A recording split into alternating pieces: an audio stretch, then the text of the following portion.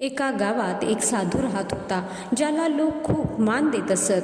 त्याच गावात दुसऱ्या गावातून एक गरीब गवळण रोज दूध विकायला येत असे. ती नेहमी साधूला प्रथम दूध देत असे. गवळणीला उशीर झाला. साधूने विचारले तेव्हा ती म्हणाली की तिला नदी पार करायच्या बोटीला उशीर झाला. हे ऐकून साधूने हसून तिला उपदेश दिला, अगं, लोक तर देवाच्या नावावर संसार सागर पार करतात आणि तुला साधी नदी पार करायला नाव लागते. याचा अर्थ तुझा देवावर विश्वास नाहीये. साधूच्या या बोलण्याचा त्या भोळ्या गवळणीवर खूप परिणाम झाला. दुसऱ्या दिवशी ती पहाटे साधूच्या आश्रमाजवळ पोहोचली. तिने सांगितलं की महाराज, तुमच्या उपदेशानं माझं काम झालं. मी ईश्वराचं नाव घेतलं आणि नदी पार करून आले.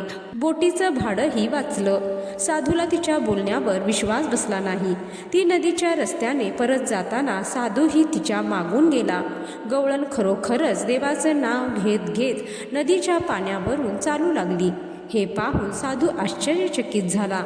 जेव्हा तो स्वतः नदीत उतरला तेव्हा पाणी वाढू लागले आणि तो घाबरून वाचवा म्हणून ओरडू लागला. गवळणीने त्याला पाण्यातून बाहेर काढले आणि विचारले, महाराज, तुम्ही स्वतःच्याच उपदेशाप्रमाणे देवाचं नाव घेऊन का नाही आलात?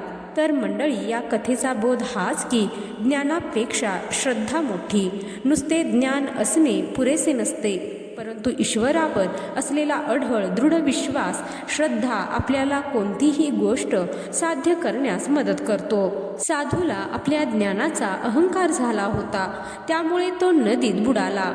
गवळणीचा अत्यंत साधा आणि दृढ विश्वास तिला नदी पार करायला मदत करतो. खरा विश्वास हीच खरी नाव आहे, जी आपल्याला अडचणीतून पार करते. हे कायम लक्षात ठेवा. जय श्री स्वामी समर्थ.